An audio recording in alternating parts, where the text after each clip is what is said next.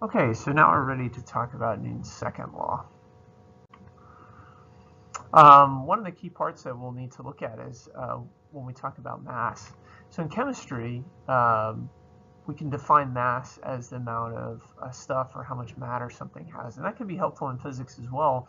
But in really this semester, it's going to be huge to understand mass as inertia, and that's the ability of a body to resist an acceleration by a net force.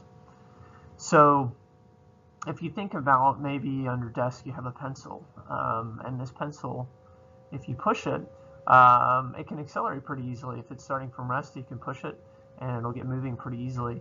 Now if you took that same amount of force and you tried to push, let's say, your car, it is much more difficult to get that to accelerate.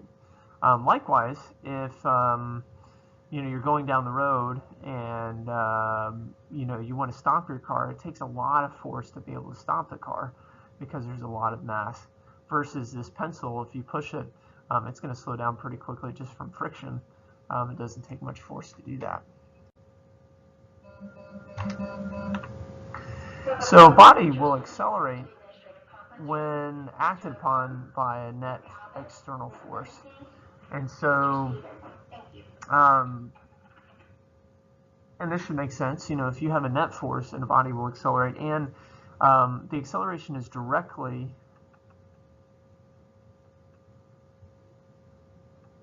proportional to the net force.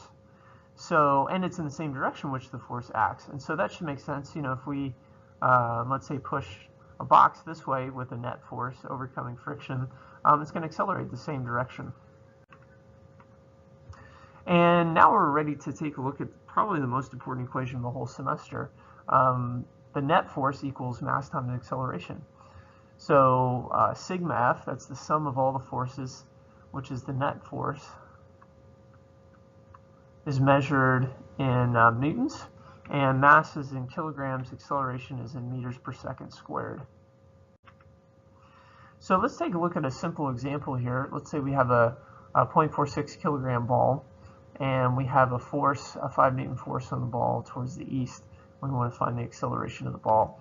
So the first thing we want to do is draw the ball, and we can draw the forces acting on it. So we know we have the force of gravity, the normal force, and what do we know about those two forces?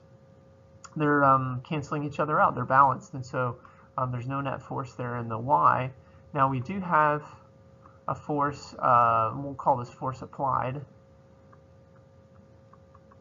and that's something that we'll use if we push something or pull something, or just kind of a general force that we'll call things.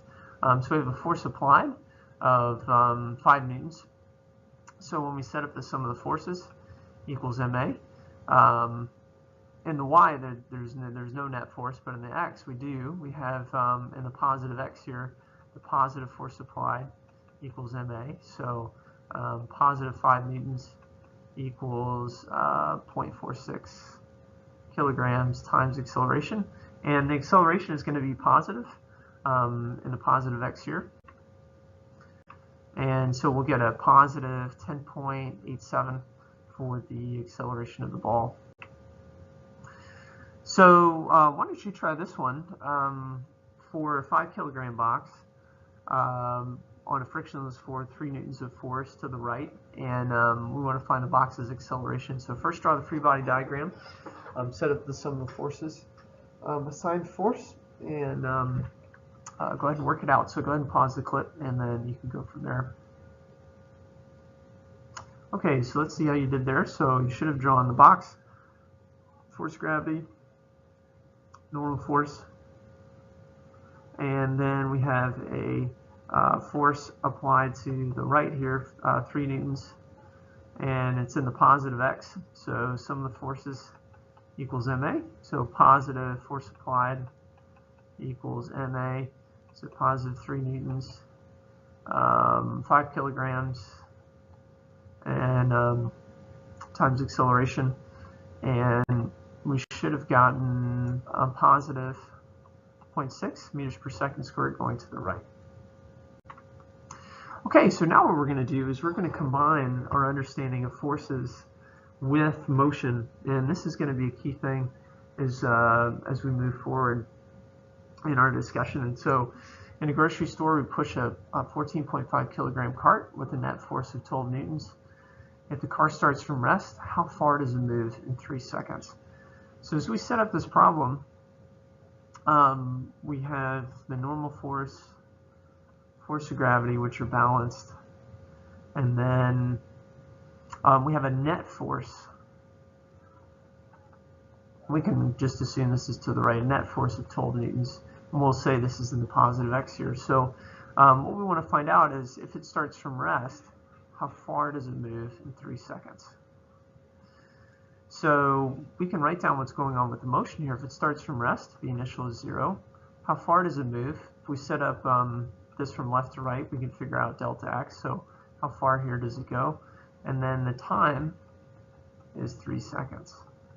So the first thing that we're going to have to set up is the forces.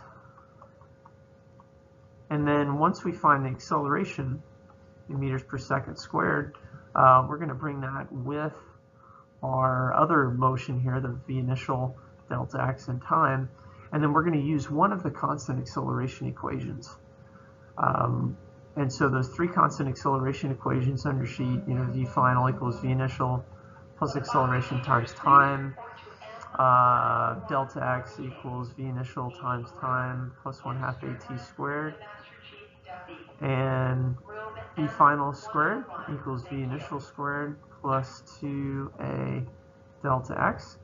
So once we know the acceleration here in meters per second, and we know the initial, and we know we're looking for delta x, and we know time, one of those will give us what we need. So go ahead and pause the clip, solve for what the acceleration is, and then see if you can figure out how far the displacement is, and that will let us know how far it goes. And then you can continue the clip.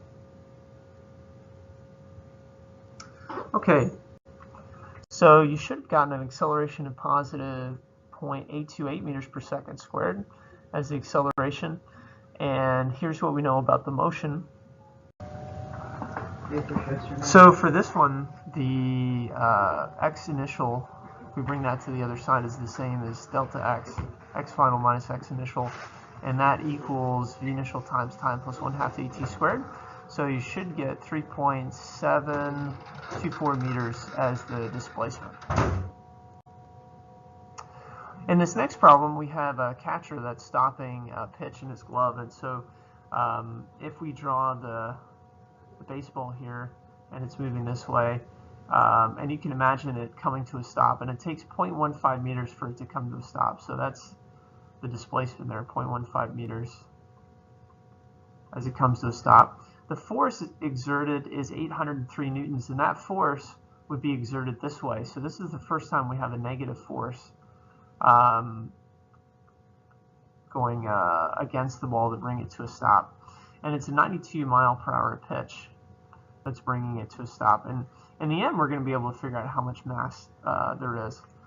So first, we're going to need to convert our pitch here to, which is our v initial, and it's bringing it to rest. Our v final is 0, and we can figure out what's happening here.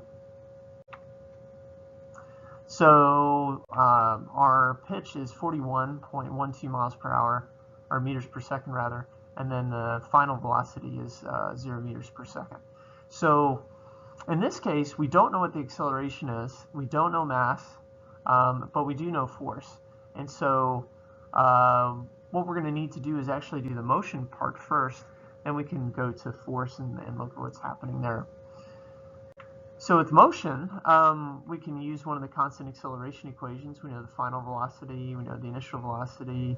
We're looking for the acceleration, we know the displacement. So it's a very rapid acceleration, negative 5,635.88. And so now with that, we can figure out how much mass the ball has with our sum of the forces equals ma. So in this case, the force is negative 803 newtons. We have the acceleration negative 5,635.88, so the mass of the ball is 0.142 kilograms. Okay, so for this last problem, we have a jetliner that's landing and it's slowing as it moves along the runway. We have a huge inertia here, a lot of mass.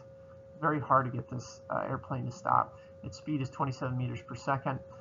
We have a net braking force of 4.3 times 10 to the 5th newtons. And we want to find out what is the speed 7.5 seconds after it touches down, and then how far has it traveled.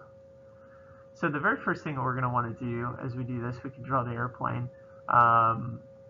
Let's do this from left to right, so positive x, negative x. We know that the forces in the y are balanced out, so the normal force, force of gravity are balanced out. So there's no net force in the y. In the x, there's a braking force, and that braking force is this way. You can use FB if you want to, force of braking. And so again, we're combining forces with motion. And so why don't you try this one on the last one here to determine what the speed is 7.5 seconds later. And really what that's going to be is v final, because we established the direction. We know v initial here. And then with the F equals ma, Newton's second law, we can figure out what the acceleration is and then bring it into motion. Then we can figure out how far. So we can figure out delta x, the displacement, and then once we know displacement, we can determine, how far, which is distance, which doesn't consider direction. So go ahead and pause it, and then when you're ready, you can continue it and see how you do. Okay, so we should get for our acceleration negative 1.23 meters per second squared. And the speed after 7.5 seconds, it slowed from 27 meters per second here to 17.79 meters per second. And the displacement would be 168 meters using the x final equals x initial, or same thing here, bring this over, delta x equals v initial times time plus 1/2 at squared.